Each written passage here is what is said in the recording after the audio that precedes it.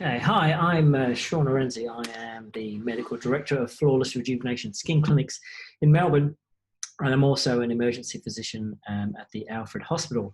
Qtera have asked me to do this talk, which is called The Art of Patient Consultation.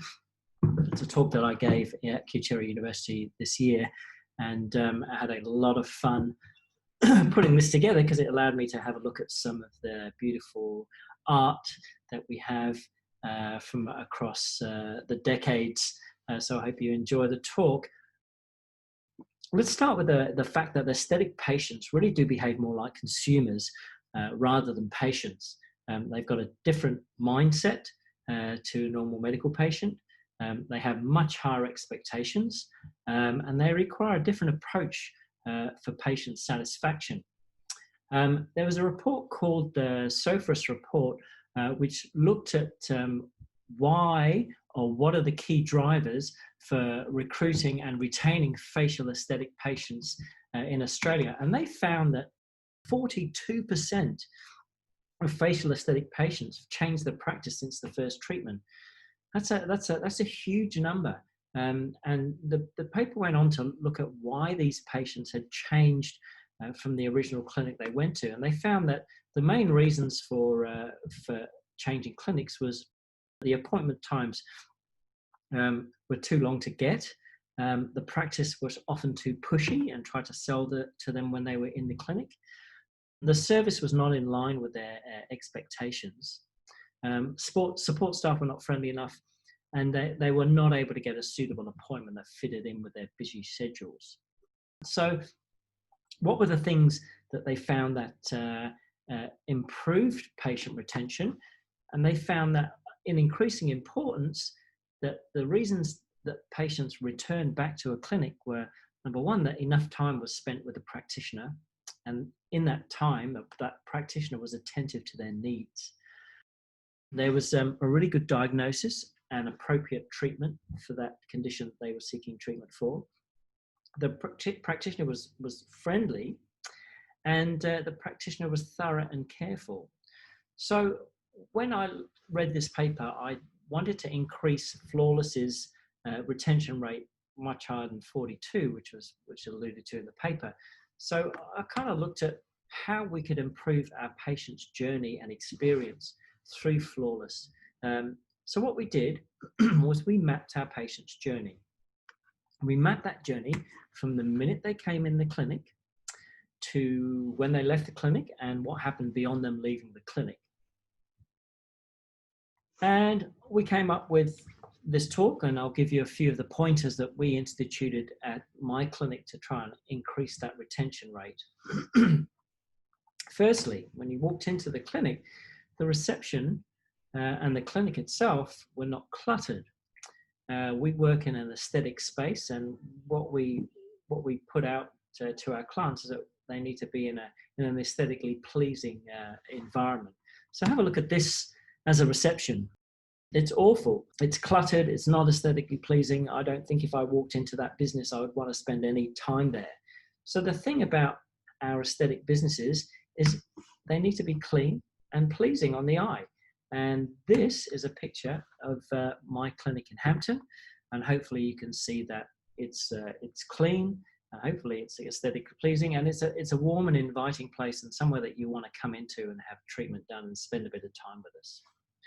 The next thing we looked at was our staff, and here's a picture of our staff here. Remember that your staff are the ambassadors for your brand, so they reflect your aesthetic, and they reflect your brand and your key branding messages. So what I've seen a lot in the last few years, both out there in the community and when I attend conferences, is that there is a lot of overfilling going on in our industry.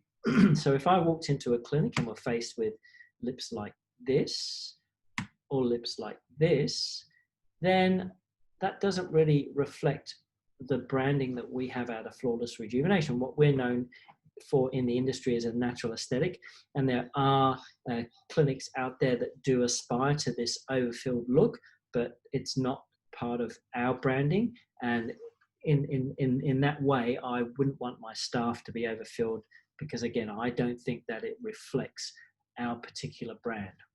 The other thing with your staff is they need to take an interest in their appearance and think about what they're wearing. There was a study done in the American Journal of Medicine back in 2005, which took a group of patients and they showed them a set of 8 pictures, a male doctor and a female doctor in various states of dress. So the first picture shows the practitioner in a suit, the next one shows the practitioner in a white coat, the next one shows the practitioner in scrubs, and the last one shows the practitioner in jeans and a t-shirt. Now, what they found was that respondents reported that they were significantly more willing to share their medical, social, and psychological problems with the physician who was professionally dressed. Now, I don't advocate that we all turn up to our practices dressed in a suit and tie, because I don't think that, again, that reflects our brand. But have a think about whether or not you want to wear a white coat in your practice, or whether or not you want to wear scrubs.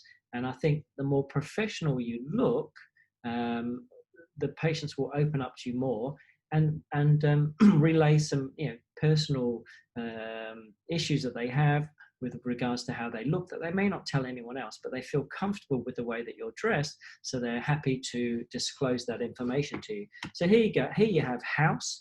The guy's dressed in jeans and trainers and a shirt and a t-shirt. If I was sick and I went to an emergency department or was on a ward round where he turned up, I would probably have more confidence in the doctors who are dressed more professionally behind him than sort of looking at him in his unshaven, unhairbrushed kind of look. So what we did when we looked at Flawless was I wanted to have a uniform. And a uniform, again, will reflect our branding. Here's some uniforms that other people have instituted into their practice. Again, I don't know about the 2 young ladies on the right of the screen. They're probably excellent therapists, but their uniform doesn't relay that. The color's all wrong. That's a horrible orange. The uniforms aren't ironed. The logos from at least one of those uniforms is starting to fall off. The guy on the left, yeah, look, he just looks scruffy, just looks like he doesn't want to be there. So I don't really want to be treated by someone that looks like that. So again, there are a lot of clinics out there that spend a lot of money on uniforms and brand their uniforms. But again, when I started Flawless, we didn't have a huge amount of money, but I still wanted to have that kind of uniform branding across our staff. So what we did was I just told my staff to wear black. And as you can see from the picture, we're all wearing something different, but we're all in the same color. And I think that that looks professional and certainly reflects our brand. So let's keep talking about the first steps of the consultation. And the first step would be the first impression when the client walks into the practice. First impressions, you only get one chance to make this, and it really can set the stage for the relationship that you're having with that patient. If you walked into the clinic and were faced with this at the reception desk, which I've seen before, look, it's not really inviting. So we've done a little bit of work around this, and we've done a little bit of work around this with our reception staff to make sure that when you walk into the clinic, you're met with a face that is warm and welcoming. Smile, because if someone smiles at you, you tend to smile back at them, and it changes your mood rather than walking someone that's grumpy. So smile. The other thing that was important was makeup. If you walked into my practice and you were faced with either one of the front desk staff or one of my receptionists looking like this, you'd probably turn around and walk out, because again, that doesn't reflect the brand. It doesn't make you comfortable. You don't really want to spend much time in an aesthetic practice looking at this. What about this lady? Again, she's very pretty. She's got great makeup. It's done very well. But again, I don't think that that reflects my brand, which is less is more, and a very sort of natural looking aesthetic. Let's just take the makeup down another notch and have a look at this picture, and you can see she looks a lot fresher. She looks a lot more natural. And again, she's going to reflect the brand, and make the patient feel at ease. The other thing about the consultation and treatment as well is it's important that you run to time. A lot of patients come into the practice and they will spend a considerable amount of money with you, upwards of $300 to maybe $3,000, and what they don't want to be done with is to be kept waiting. As I say, most of my clients are professionals, they're short of time as I am, and to make them wait for this treatment, I think in my practice is unacceptable. So that doesn't mean that I always run on time. There are times when I'm running late, but it's about managing that time when you're running late. So when I'm running late, I'll let my reception staff know, to try and call ahead to the patients that are coming in saying, hey, look, Sean's just running 10 to 15 minutes late. We understand that's inconvenient, but you have a choice to either turn up on time, or you can take that 15 minutes and grab a coffee and come in later. If they do decide to turn up, what we do is I'll ask for them to be put under the LED, which will buy me 14.5 minutes for me to catch up, or we give them a skin peel, which again is about 15 minutes, a very light peel, and then they feel like they're getting something of value. And I'm not wasting their time. And both of those treatments don't really cost me anything to administer to the patient. Okay, so let's move on to the consultation. Where the consultation is going to happen, let's have a look at the consultation room itself. What that consultation room needs to be is not cluttered.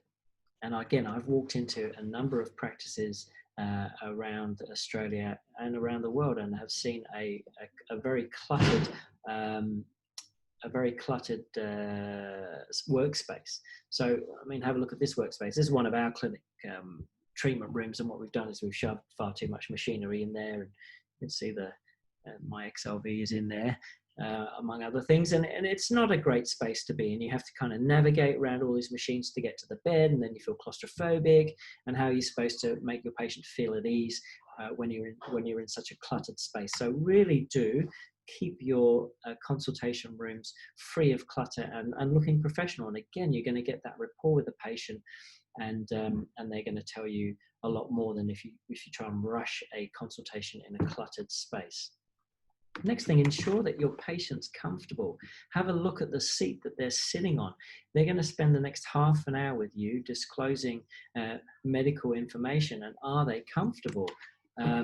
Is that a nice position for them to be in? And are you comfortable as well? The other thing that came out of that report was that during the consultation process, the physicians weren't allowing enough time to get through the consultation. And what you don't want your client to feel is that they've been rushed. So allow enough time. Don't book the patients 15 minutes apart for a new patient. If it's a new patient that you know you're going to need to spend some time with, take a half an hour or 45-minute appointment, so you can really give that client the time to explore why they're with you, and then also gives you time to lay out a treatment plan and treatment options for them to do. So don't rush a consultation. And here's a video to illustrate you shouldn't rush your consultation. Okay, Eunice, travel plans. I need to be in New York on Monday, LA on Tuesday, New York on Wednesday, LA on Thursday, New York on Friday. Got it? Got it.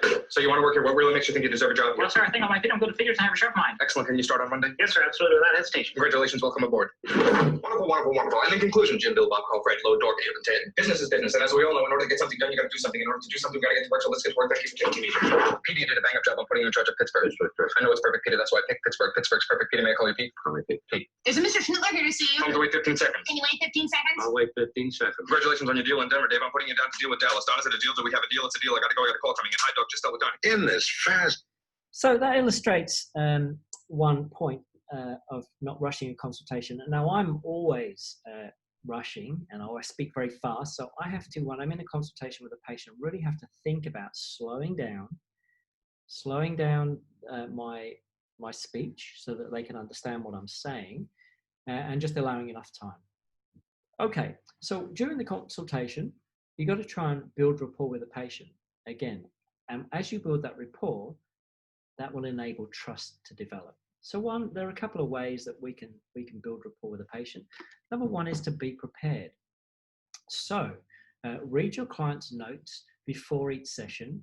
And this might sound obvious, but if you're seeing back-to-back clients, it can be easy to skip this very important step. And nothing destroys rapport than forgetting critical details. Now, I often make notes in the margins of my treatment sheets to say, oh, the last time I saw this patient, they started a new job, or they recently got married. So when they come back into the clinic and say, hey, the last time I saw you, you were just starting that new job. How's that going? That's going to build rapport with the patient. And it's and they like, I mean, lots of patients like to come in and have a chat with me as we're treating. So if you know exactly what's happening in their life, or you made notes, that's a great thing to build rapport. The other thing about building rapport is make the clients feel good about themselves. Give them a genuine compliment, and the emphasis is on genuine. And when you make others feel good about themselves, they naturally warm to us and they remember us more positively. So with this client, you might say, wow, that is a really interesting hat you have. That's so unique. You know, where did you get it? I'd love to know where you got that from. It's a genuine compliment. And she'll thank you for that compliment. The other thing you can do is use open disclosure, but you need to use that disclosure with some caution. It's a really good way to develop rapport, particularly with difficult to engage clients. However, be careful, because you've got to maintain professional boundaries. So it's important to keep to the small stuff and find a common ground. So for instance, you could say, look, this coronavirus thing's got me crazy. But I've managed to get into Netflix and I'm catching up on all those series that I wanted to watch that I haven't had the time to watch. And there's this great one called Schitt's Creek. It's really funny. It's really well written. You should try and watch it. As opposed to, hey, I went out with my mates, 12 of my mates the other night, and we got horrifically drunk, and one of them got arrested and we haven't seen him since this morning. So again, it's really important that you kind of find a common ground. The other important thing during a consultation is to maintain eye contact. Nobody likes to have a consultation where you're looking at your notes or you're looking around the room. If you look that patient in the eye, that is going to let them know that you're interested in them and that you're listening to them. And that's a great way to build rapport. The other thing to do with patients in the consultation is listen to them. Now, I find it very, very difficult because I've got all these things in my head. You've walked into my consult room. I've seen a million things on your face that I want to treat, and I want to get in there and tell you what I can do. But what we need to do with our patients is just allow them enough time to say why they're here and what their concerns are, and really listen to them. And here's a video to illustrate that you should actually slow down, just stop and listen to your patient. It's just, there's all this pressure, you know? And sometimes it feels like it's right up on me, and I can just feel it, like literally feel it in my head, and it's relentless. And I don't know if it's going to stop. I mean, that's the thing that scares me the most, is that I don't know if it's ever going to stop. Yeah. Well, you do have a nail in your head. It is not about the nail. Are you sure? Because, I mean, I'll bet if we got that out of there. Stop trying to fix it. No, I'm not trying to fix it. I'm just pointing out that maybe the nail is causing. You always do this. You always try to fix things when what I really need is for you to just listen. See, I don't think that is what you need. I think what you need is to get the nail See, out. you're not even listening now. Okay, fine. I will listen. Fine. It's just, sometimes it's like, there's this achy, I don't know what it is. And I'm not sleeping very well at all. And all my sweaters are snagged. I mean, all of them. That sounds really hard. It is. Thank you. Ow! Oh, come on. If you would just Don't. Try to see things now. So during the consultation process as well, most people are really visual. They like to have diagrams and they like to have models. So use visual aids to explain what treatment's going to involve or what you're trying to achieve with your treatment. There are a number of visual aids out there. You can use the skin. There's a flip chart here which shows the muscles of the face. But yeah, try and be as visual as you can with the patient to explain to them the intricacies of the treatment. The other thing is try not to use medical jargon. Most patients, again, we understand medical jargon because it's what we speak every day, but the average person that comes into clinic doesn't understand half of the medical jargon or the abbreviations that we use, so try not to use them. Look, here's an example of medical jargon that's not great. Look, I'll take 10, you take 10. Get in, get out. No smiling, no hugging, no letting no cry. Just be quick about it. You're the one that's slow. I am not slow. You are slow. You want to bet? Yeah, you are. A comprehensive work Did not reveal any test for abnormality. Your Doppler was negative. for venous thrombosis, so there's no need for chronic Coagulation or an IVC Your filter biopsy was positive for a mixed anaerobic non-group based streptococci infection. Your BUN and creatinine elevations had us worried, Rapidly progressive glomerulonephritis. which could have signaled an autoimmune disease. What does that mean? We're not going to amputate your leg. Huh? You get to keep your kidneys. Congratulations. You can go home today. Yeah, congratulations, whatever. So try not to use medical jargon. So you're not going to say to the patient, hey, look, we're going to use the 532 wavelength on the XLV to ablate the telangiectasia around your perinasal region. What does that mean? Rather say something like, we're going to use the XLV to remove the small red blood vessels around your nose. So many companies have produced lots of consult tools that you can use either wholly or adapt them to be more suitable for you in your practice to make sure that that consultation is standardized and thorough and complete. So one of the ones that we started with in our practice, and we certainly adapted along the way, is the facial assessment scale by Galderma. So what you're looking at is 5 facets of aesthetics. You're looking at sort of wrinkles, you're looking at volume, you're looking at facial shape, you're looking at skin texture and quality, and it sets out a framework for you to conduct your assessment of that patient, and it is standardized. So whether I do your assessment on your consultation, or one of the other doctors in the practice does the consultation, or one of the dermal therapists does the consultation, it is standardized. So we can all be on the same page on where we're going to go and what needs to be fixed and what needs to be treated. It's important that you give your patients this treatment plan written down. And that treatment plan should have an explanation of the procedure that you've gone through with them, the frequency of the treatment, the downtime and what to expect, the aftercare, and more importantly, the cost. So a good friend of mine, Ravi Jain in the UK, has a treatment plan, which I've stolen, and I'll show you, and he's okayed for me to rip this off from him, but I acknowledge him for the slide. And this is his treatment plan. So you can see that the patient here is going to have Botox every sort of 3 to 4 months. It's going to take 15 minutes, and we're going to be out of pocket about $640 every time they come in. The next step we're going to do is the XLV laser. There are going to be 2 treatments spaced a month apart. It's going to take about 60 minutes for the patient to have numbing cream and the treatment.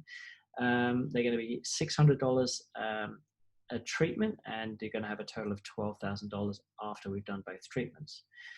Then we want the patient to have some maintenance laser genesis. We're going to want them to come in every 4 to 6 weeks for that. It takes 30 minutes for a facial laser genesis. It's going to be about $450 a treatment. We're going to have some filler, 30 minutes, $1,200 once, and then we're going to tie them into some TrueSculpt ID. We're going to do 2 sessions, about 8 weeks apart. The session's going to take about 60 minutes all up, and it's going to be about $1,500. So that patient has that written treatment plan. So they know exactly when they come into the clinic, exactly what they're coming for, how long it's going to take, and what it's going to cost.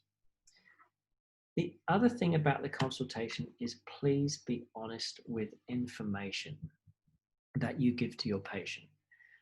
The first barriers to treatment are related to safety and usually fears. And the fears of the patient that's been studied in a paper, in this paper, so the fears really included that the patient was going to look unnatural, that there were going to be possible long-term health effects of the treatment that we were going to institute, and there were possibly going to be side effects or complications.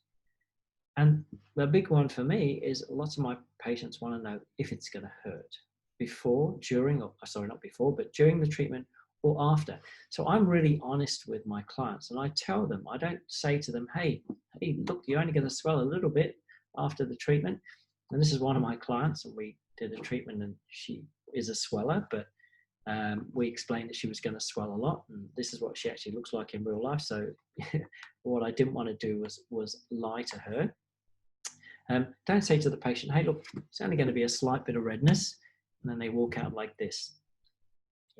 Be honest that there's going to be a fair bit of downtime with this treatment. There may be some peeling, but be absolutely brutally honest about what the patient is going to expect. They will trust you for that, and they will keep coming back to see you.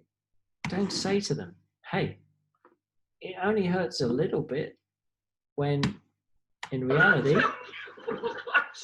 it hurts a lot. Gary Clarkson!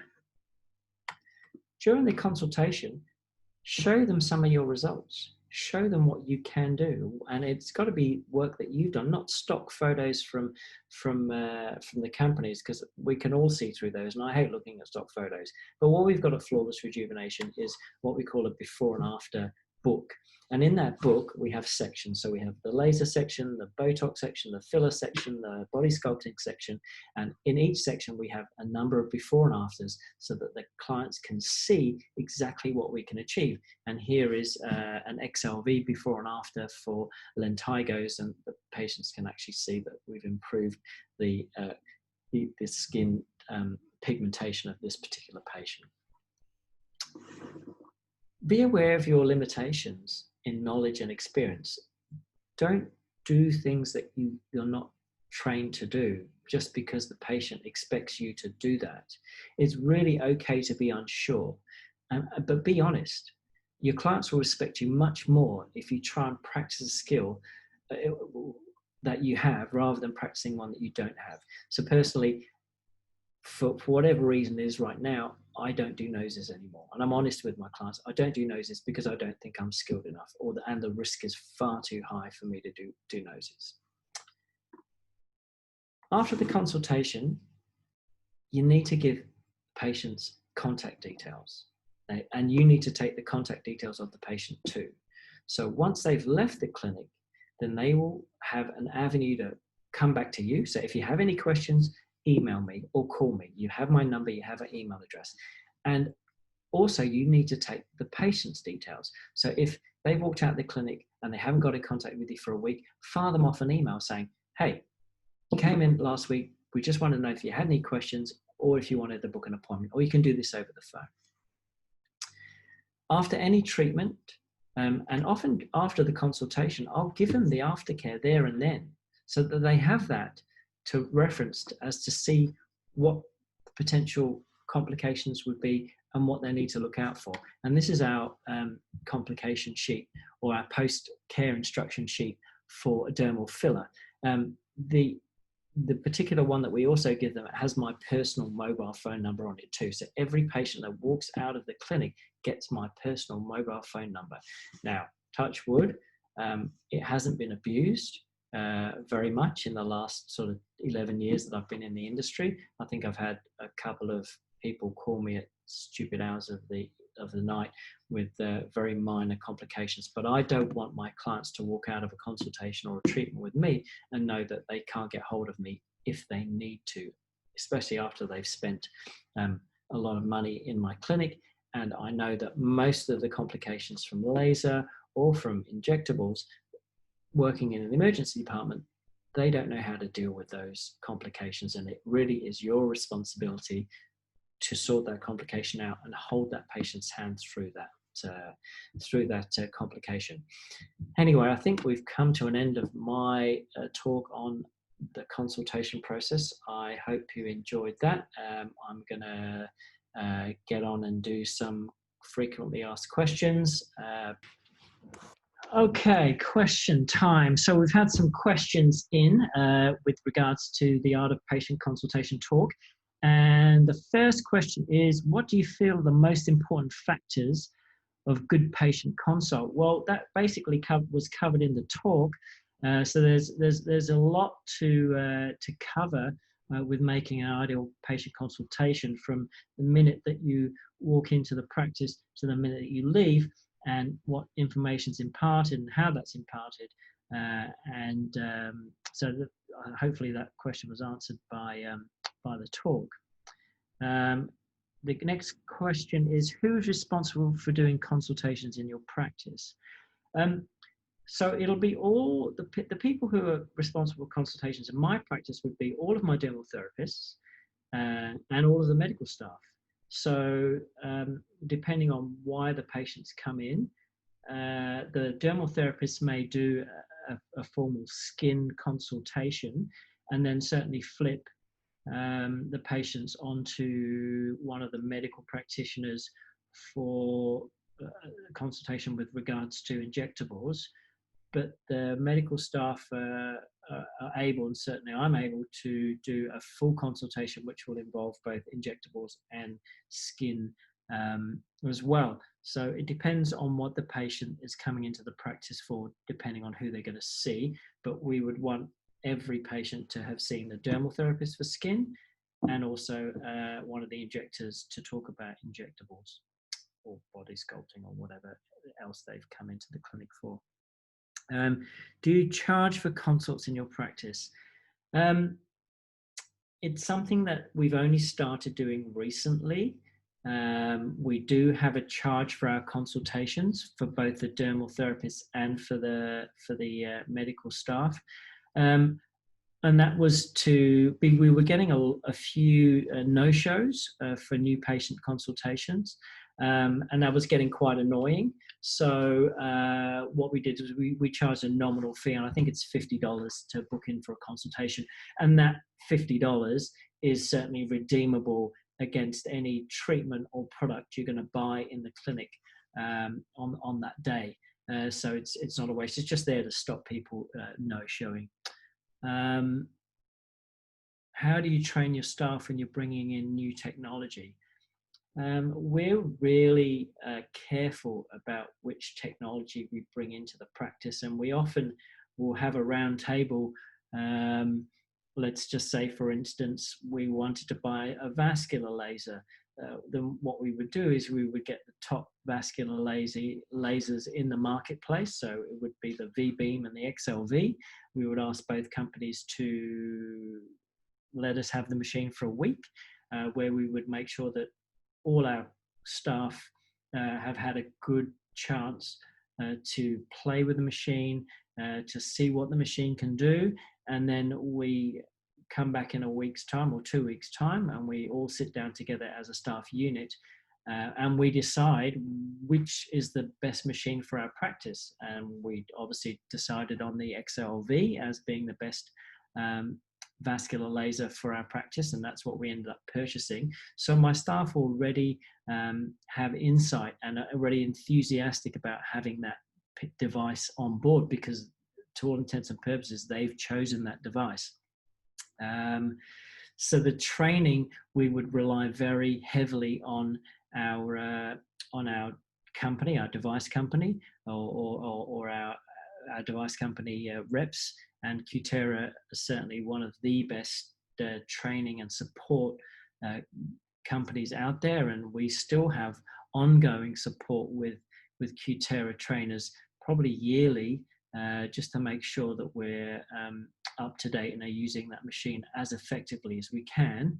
And then the other way that we train staff is we send them to Cutera University, or we send them to any other forums that device companies are holding, and they're often a good way to pick up little tidbits on how to better optimize treatments.